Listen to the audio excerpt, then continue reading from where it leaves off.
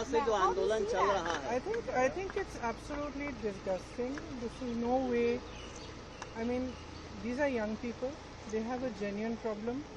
We all know what that problem is. We all know that every time they spend money, that their parents take loans for them. They struggle. They have to go to coaching centers. All sorts of things. They face immense struggles, basically because they want a bright future for themselves, and they see that there's a possibility for a future, and you're just destroying that future. So this is a very deep problem. This problem has been there for many years, and we have been talking about it for many years. I remember when I was in UP, I was taking this problem up because every young person I met, you will not believe, I met a person he was 28 years old, and he was crying because he said that every time he has given the exam, and he has given the exam so many times, it's the paper leaks, something goes wrong, and he's at the same time he feels that now I've invested so much in this. If I leave it now and try to start looking for a job now or try to do something, I will have no future. So he gets stuck in that cycle of going on and on, giving more and more exams and tests and preparing, and the boy is 28 years old. And it's not one person, there are thousands and thousands of children like this. Everybody, every parent who is a parent of a child who is studying for an exam, every parent, we know what the children go through.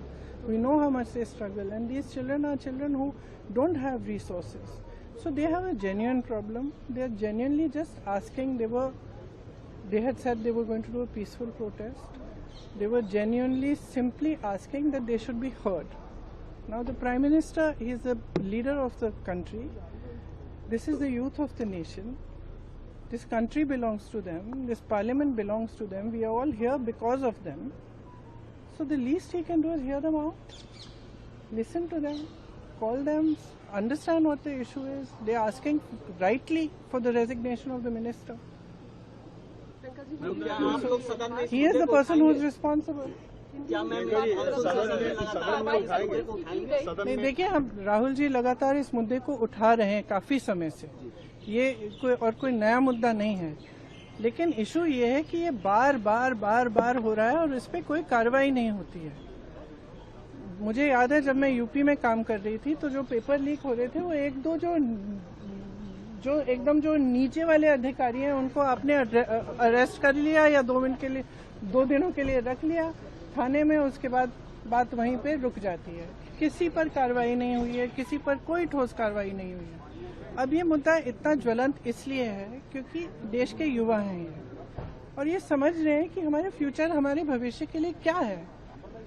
हमारे माँ बाप loan लेकर मुश्किल से हमें पढ़ाते हैं, हम लोग स्ट्रगल कर रहे हैं. वो ये कह रहे हैं ना, वो कह रहे हैं कि हम स्ट्रगल कर रहे हैं, हमारे लिए इतना मुश्किल है. आप कोचिंग सेंटर्स को देखिए, मैंने बहुत सारे देखे, और कोचिंग सेंटर्स में जाइए और कोई भी माँ बाप जानता है, मतलब किसी भी लेवल का, किसी भी सोसाइटी में आप जानते होंगे आपके बच्चे जब पढ़ते हैं तो कितना टेंशन होता है, कितना जब एग्जाम होता है कितना टेंशन होता है. एज इट इज़ इतनी मुश्किल परिस्थिति है, ऊपर से आपने जॉब्स क्रिएट नहीं किए हैं इतने समय से, तो बच्चा अपने फ्यूचर को देख रहा है, कह रहा है कि मतलब मेरे फ्यूचर में फिर है क्या, मैं स्ट्रगल ही करते रहूं.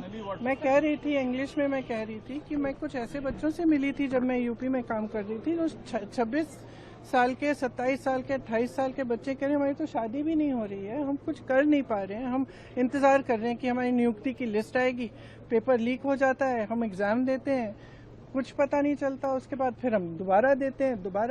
तो मतलब ये एक बहुत ही जेन्युइन प्रॉब्लम है और इसको हल्के में कोई नहीं ले सकता. ये एक बहुत जेन्युइन प्रॉब्लम है. आज युवा बहुत ही दुखी है एक्चुअली. ये जो आप नाराजगी देख रहे हैं, एक्चुअली दुख है कि हमारे फ्यूचर, हमारे भविष्य के बारे में कौन सोच रहा है. और इनकी सिंपल सी चीज़ है, आप प्रधानमंत्री हैं, आपकी जिम्मेदारी है, ये युवा हैं, हम सब इस सदन में रोज आते हैं. आप ना तो यहाँ पे आप चर्चा करना चाहते हैं, ना ऑपोजिशन को आप पॉइंट उठाने देते हैं, आप डिस्कस नहीं करना चाह रहे हैं.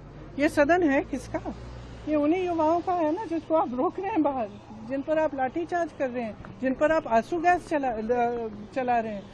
ये तो मतलब ये सदन ही उनका है, हम सब यहाँ हैं, किसने हमें यहाँ रखा है, उन्होंने ये रखा है, तो उनकी बात तो सुन ले। उनकी बात तो ने कहा है कि prime minister Modi anti youth है। बिल्कुल एंटी यूथ है। मैम बीजेपी के देखिए एंटी यूथ है, एंटी गरीब है, एंटी किसान है। अब 12 साल हो गए, हम सब देख रहे हैं ना, किसान आंदोलन कर रहे हैं, आप उन पे दमन कर रहे हो, अब बच्चों पे दमन कर रहे हो। बच्चे हैं, सुन लीजिए इनकी बात, क्या होने जा रहा है।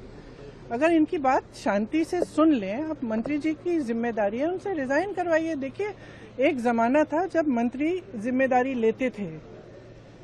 मुझे याद है एक ट्रेन का एक्सीडेंट हुआ था शायद 80s में, अगले दिन उन्होंने इस्तीफा दिया। जो मंत्री रिस्पॉन्सिबल थे, जो उसके समय के रेल मंत्री थे, तो इस्तीफा दीजिए, जिम्मेदारी लीजिए, और सबसे जरूरी तो यह है कि सिस्टम को दुरुस्त करिएगा। किसान भी पंजाब से आ रहे हैं दिल्ली महापंचायत